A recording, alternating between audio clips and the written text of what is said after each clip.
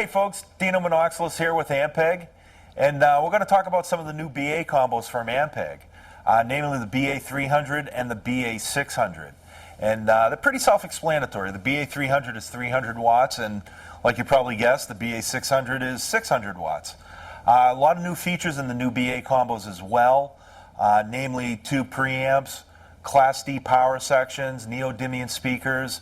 Right now we're looking at the BA600 here. This is the BA600 210. And like I said, Class D power amp, what that allows you to do is you don't have to run heavy heat sinks or heavy transformers or cooling fans in the amplifier, which shaves a lot of weight off the amp. In terms of neodymium speakers, if you ever looked at a neodymium, that allows you to build a speaker without putting a big heavy magnet on it. Again, shaving weight off the weight of the combo or the total weight of the amplifier. So just those two things combined, you're taking a lot of unnecessary weight out of the amplifier. Also, 2 preamps. The BA600 is actually a 2-channel preamp. You have a vintage channel and a modern channel, and each channel of that preamp has a single 12AX7 governing it. So let's take a look here at the BA600 210. We'll look at some of the feature sets. Okay, so let's take a look at the preamp here on the BA600 210. If we start from left to right, we start with a 0 dB input, and that's pretty standard. Most bass players will use that input, but for bass players that have high output basses such as 18-volt systems or really loud active basses, we have a minus 12 dB input that they can access. You also have the very important mute button. That kills the signal going to the speakers, to the output. It allows you to kill any sound coming out of the amplifier for silent tuning. Just below that is the channel selector switch. And this is also foot switchable as well. This allows you to switch between the vintage channel and the modern channel. Pretty straight ahead, right? So now let's take a look at the compression. You have a variable 10-to-1 compression that you can turn up or down, and it's also defeatable. You can turn it off with the on-off switch. The first part of the preamp is the vintage channel. And again, it's all pretty straightforward here. You have a volume control, treble control, and bass control.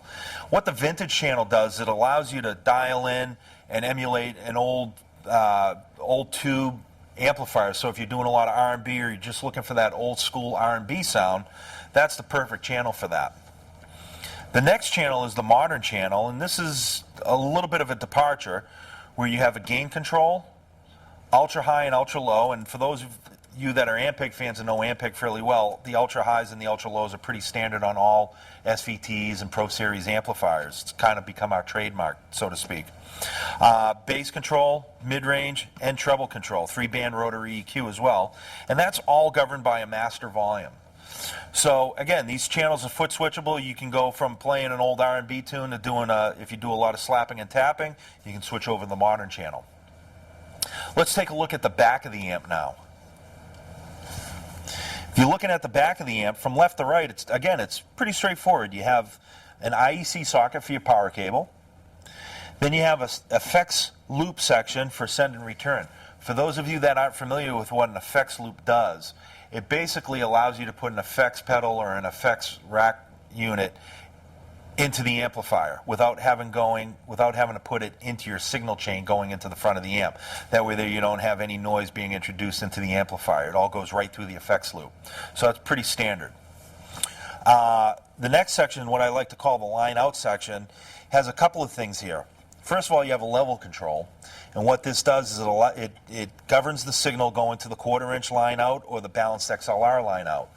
And what those guys do are they allow you to send a signal from your amplifier either to a front-of-house mixing board or a recording console so that you can get your sound from the amplifier to tape or out into a larger PA system. And that's all controlled by this level control. You can control the signal there. The little button here that says pre-post, that's pretty important. What that allows you to do is if you set it to pre, any signal that you're putting into the front of the amp is going directly to the line out or the balanced XLR line out. You're not sending any signal through the preamp before it goes out to those outputs.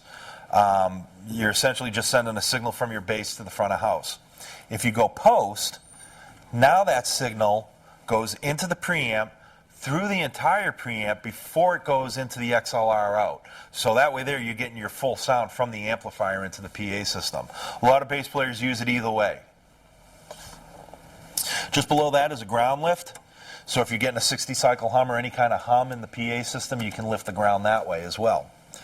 And then the last two jacks are the tuner out and the foot switch. Tuner out, again, just kind of like the effects loop, allows you to put a tuner into the amplifier without having to put it into your signal chain and causing any unwanted noise going from your bass to your amplifier. And then the foot switch, of course, allows you to switch between vintage channel and modern channel. So that's all in one small package. Like I said, very lightweight because we're shaving weight out of the power section with the Class D. We're shaving weight off the speakers because now we're using neodymiums in these guys. 600 watts. Comes in either a single 15 configuration or a 210 configuration. So at any time, get out there and check out a new BA combo and see you out there playing.